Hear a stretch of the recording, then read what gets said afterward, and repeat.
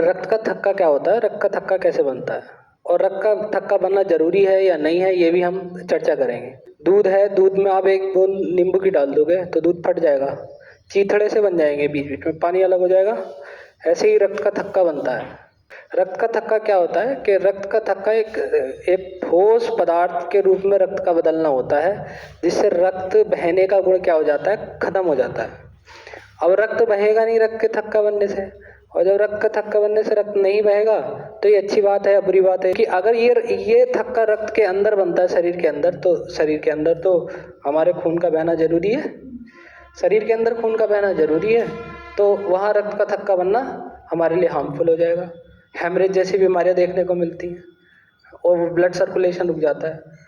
और वहीं अगर दूसरी तरफ कर बात करें कि कोई चोट लग गई और वहाँ रक्त बहे जा रहा है, रुके नहीं, रक्त का थक्का ही ना बने, तो वहाँ खतरनाक हो जाएगा। तो रक्त का थक्का बनना फायदेमंद भी है और रक्त का थक्का बनना नुकसानदायक भी है। तो ये थक्का बनता कैसे है, पहले तो ये प्रोसेस देखो कि ब्लड के थक्के बनने को बोलते क्या है, कास्केडिंग प्रोसेस बोलते हैं। ब्लड के थक्के बनने को क्या कहा जाता है, कास्केडिंग प्रोसेस, है नी। ये नाम आपसे कई बार पूछा गया है कि ब्लड के थक्के बनने को क्या कहा जाता है, तो आपका आंसर क्या रहेगा, कास्केडिंग प्रोसेस। ब्लड का थक्का ऐसे नहीं बनता है। ब्लड में 3 तो कण हैं आपके, आरबीसी, डब्ल्यूबीसी, प्लेटलेट्स, सही है, और प्लाज्मा हो गया। क्या हो गया, प्लाज्मा। तो इन सभी का बहुत बड़ा रोल रहता है।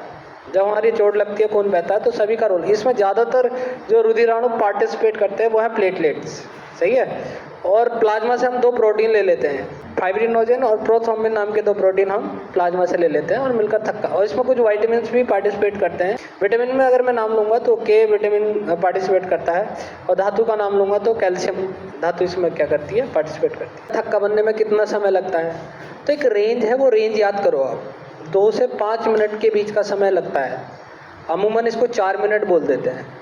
10 मिनट से अधिक समय लग रहा है तो आप समझ लो ये बहुत खतरनाक स्थिति है कि 10 मिनट हो गए हैं और थक्का बन ही नहीं रहा है, खून बहते ही जाएगा, बहते ही जाएगा। 10 मिनट से ज़्यादा नहीं होना चाहिए। अमूमन 2 से 5 मिनट के बीच में थक्का बन जाता है और ब्लड सर्कुलेशन क्या हो जाता है, रुक जाता है। अब शरीर के अंदर बनेगा तो भी 2 से 5 मिनट लगेंगे। ये जो आपका तीसरा कण है, तीसरा कण कौन सा है, प्लेटलेट्स। प्लेटलेट्स को क्या कहते हैं, थ्रोम्बोसाइट। तो हमारे रुधिर में मौजूद तीसरा कण थ्रोम्बोसाइट, ये प्लेटलेट्स एयर से क्रिया कर लेगा और एयर से क्रिया करके क्या बनाएगा बेटे, थ्रोम्बोप्लास्टिन। हमारे रक्त में क्या क्या है, प्लाज्मा, आरबीसी, डब्ल्यूबीसी, प्लेटलेट्स। रुधिराणुओं में हम प्लेटलेट्स ले लेंगे, प्लेटलेट्स किससे क्रिया कर लेगा, एयर से, और क्या बना देगा, थ्रोम्बोप्लास्टिन। ये प्रोटीन बहुत इंपॉर्टेंट है, सही है, ये प्लाज्मा में पाया जाता है। विटामिन के की सहायता से जो है निर्मित होता है, कौन सा, थ्रोम्बोप्लास्टिन। विटामिन के की सहायता से निर्मित होता है प्लाज्मा में, है नहीं, और बनता है लीवर में। ये जो थ्रोम्बोप्लास्टिन बना है, ये थ्रोम्बोप्लास्टिन कैल्शियम से क्रिया करके प्रोथ्रोम्बिन बना लेता है। क्या बना लेता है, प्रोथ्रोम्बिन। अब हमारे पास 2 चीज आ गई, एक तो आ गया थ्रोम्बोप्लास्टिन और एक आ गया प्रोथ्रोम्बिन। ये प्रोथ्रोम्बिन है नहीं, प्रोथ्रोम्बिन क्या आ गया, प्रोथ्रोम्बिन। अब 3 चीजें हैं, थ्रोम्बोप्लास्टिन, प्रोथ्रोम्बिन और आपका कैल्शियम। ये तीनों चीजें मिलकर के एक और प्रोटीन बना दिया, थ्रोम्बिन। अब ये थ्रोम्बिन क्या करता है, प्लाज्मा में एक और एजेंट पाया जाता है, फाइब्रिनोजन। ये एक टाइप ऑफ प्रोटीन है, फाइब्रिनोजन। ये थ्रोम्बिन किससे मिल जाएगा, फाइब्रिनोजन से। और फाइब्रिनोजन एक ऐसा प्रोटीन है जो थक्का बनाने में मदद करता है। ये आपसे क्वेश्चन पूछा जाएगा, सही है, कि थक्का बनाने में मदद करने वाला प्रोटीन का नाम क्या है, फाइब्रिनोजन। तो थ्रोम्बिन और फाइब्रिनोजन नाम का प्रोटीन मिलेगा और हमको मिलेगा फिब्रिन। फिब्रिन एक जाली होती है, ऐसे जैसे आपके जहाँ भी चोट लग जाएगी तो उस चोट में अंदर की तरफ से ऐसे फिब्रिन लग जाएगी, है। अब इस फिब्रिन में आकर के हमारे जो डब्ल्यूबीसी हैं, आरबीसी हैं, वो आकर के इसमें क्या हो जाएंगे, फंस जाएंगे। जो गैप है वो भर जाएंगे और खून का बहाव क्या होगा, धीरे धीरे रुकेगा और यहाँ बन जाएगा रक्त का थक्का। अक्सर ये क्वेश्चन आपके एग्जाम में देखा गया है कि विटामिन के की मदद से जो है थक्का बनता है। तो विटामिन के का क्या रोल है, और जो हीमोफीलिया नाम का रोग होता है वो विटामिन के की कमी से क्यों होता है। प्रोथ्रोम्बिन और फाइब्रिनोजन प्लाज्मा में पाए जाने वाले 2 प्रोटीन हैं जिनको बनाने में मदद कौन करता है बेटे, विटामिन के। और ये निर्मित कहाँ होते हैं, लीवर में। और फाइब्रिनोजन ही सबसे इम्पोर्टेंट प्रोटीन है जो हेल्प करता है किसमें, ब्लड क्लॉट में, रक्त का थक्का बनने में। इन फाइब्रिनोजन और प्रोथ्रोम्बिन को बनने में मदद करता है विटामिन के। इसलिए विटामिन के क्या हो जाता है, रक्त का थक्का बनाने में इंपॉर्टेंट विटामिन हो जाता है। और धातु की बात करेंगे तो धातु कौन सा आ जाएगा, कैल्शियम। अच्छा, ये विटामिन के के बारे में चर्चा करते हैं। विटामिन के बहुत इंपॉर्टेंट है। अगर ये विटामिन के की मात्रा ज़्यादा है, अधिक है, तो रक्त का थक्का जल्दी बन जाएगा, यानी खून बहना क्या हो जाएगा, जल्दी बंद हो जाएगा। और विटामिन के की मात्रा अगर कम है तो रक्त का थक्का देरी से बनेगा। और विटामिन के की कमी है तो रक्त का थक्का तो देरी से बनेगा। इसके अलावा क्या होगा, अब रक्त का थक्का बन ही नहीं रहा, देरी से बन रहा है, इसका मतलब बेटे खून चोट लगने पर बहता ही जाएगा। खून का थक्का ना बनना, खून बहते ही जाना चोट लगने पर, इसको कहते हैं बेटे हीमोफीलिया। तो हीमोफीलिया नाम का जो रोग है ना, वो विटामिन के की कमी से होने वाला रोग होता है। तुमने देखा होगा कि डॉक्टर्स जो है इंजेक्शन को झाड़ करके सुई लगाते हैं, है नी? वो झाड़ करके सुई क्यों लगाते हैं, ताकि वो उससे एयर निकाल दे, एयर ब्लड में ना जाए। क्योंकि जब एयर ब्लड में जाती है ना, तो हेपरिन एक एजेंट है हमारे ब्लड में होता है, वो क्या करता है, खून को बहाने में मदद करता है कि खून बहता रहता है हेपरिन से, है नी? अब जब हेपरिन खत्म हो जाएगा एयर के संपर्क में आने से, तो इसका मतलब ब्लड के क्लॉट बन जाएंगे और अंदर थक्के बनने शुरू हो जाएंगे ब्लड के। और जैसे ही हमारे शरीर के अंदर थक्के बनने शुरू हो गए तो समझो ब्लड का फ्लो रुक गया और फिर तो तुम दुनिया भर की बीमारियों से पीड़ित हो जाओगे। ऐसी एक बीमारी हेमरेज भी है, ब्रेन हेमरेज का नाम सुना होगा।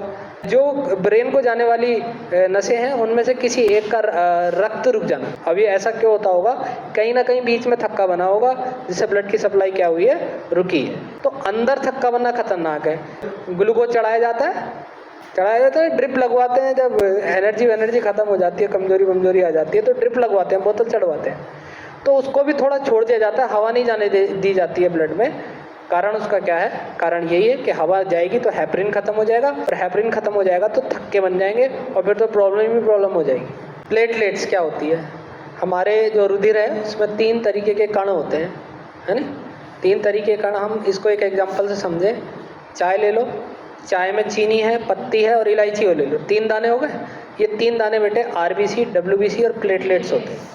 बाकी जो बचा लिक्विड पार्ट वो प्लाज्मा है। तो हमारे ब्लड में लिक्विड पार्ट कौन सा होता है, प्लाज्मा होता है, सही है। अच्छा, डिहाइड्रेशन नाम की बीमारी सुनी है, उसमें जो है पानी की कमी हो जाती है शरीर में। वो तो पानी की कमी कहाँ से होगी, प्लाज्मा से। इफेक्ट कहाँ करेगी वो, प्लाज्मा। तो ये जो तीसरा कण है हमारा वो है आपका प्लेटलेट्स। प्लेटलेट्स को और क्या कहते हैं, थ्रोम्बोसाइट्स कहते हैं। आरबीसी को क्या कहते हैं, एरिथ्रोसाइट्स।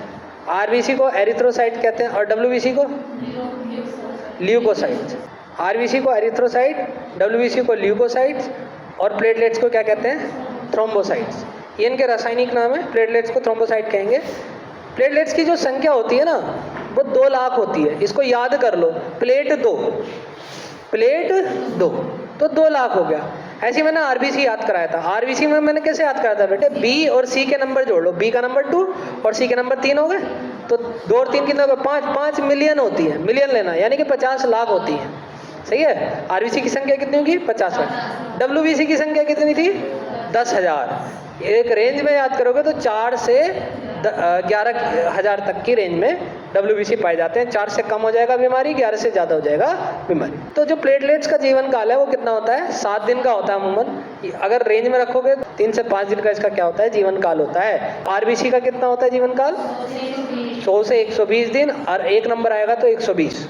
और डब्ल्यूबीसी का कितना होता था, 3 से 4 दिन। इसकी मृत्यु कहाँ होती है, प्लेटलेट्स की मृत्यु, ये भी तो सेल है ना, इसकी मृत्यु कहाँ होगी, प्लीहा में। और बनता कहाँ है, ये वहीं बनेगा जहाँ ब्लड बनता है, अस्थि मज्जा में, जहाँ आरबीसी डब्ल्यूबीसी बनता है, अस्थि मज्जा में, हड्डियों के बीचों बीच में। इसका कार्य क्या है प्लेटलेट्स का, एक तो शक्ति प्रदान करता है शरीर को, कहते हैं ना प्लेटें गिर गई और शरीर कितना खत्म सा हो जाता है, खड़ा हुआ भी नहीं जाता है, गिलोय ढूंढते फिरते हो, पपीते के पत्ते ढूंढते फिरते हो, उबाल के पीते हो, है नी।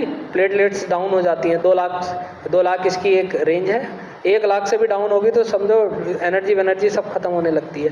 तो प्लेटलेट शरीर को दृढ़ता देता है, साथ ही साथ हमने थक्का बनाने में भी देखा इसका उपयोग। पाया कहाँ जाता है प्लेटलेट, मनुष्य में और जितने भी मैमल्स हैं यानी स्तनधारी है, वहीं पे आपको प्लेटलेट्स देखने को मिलेगा।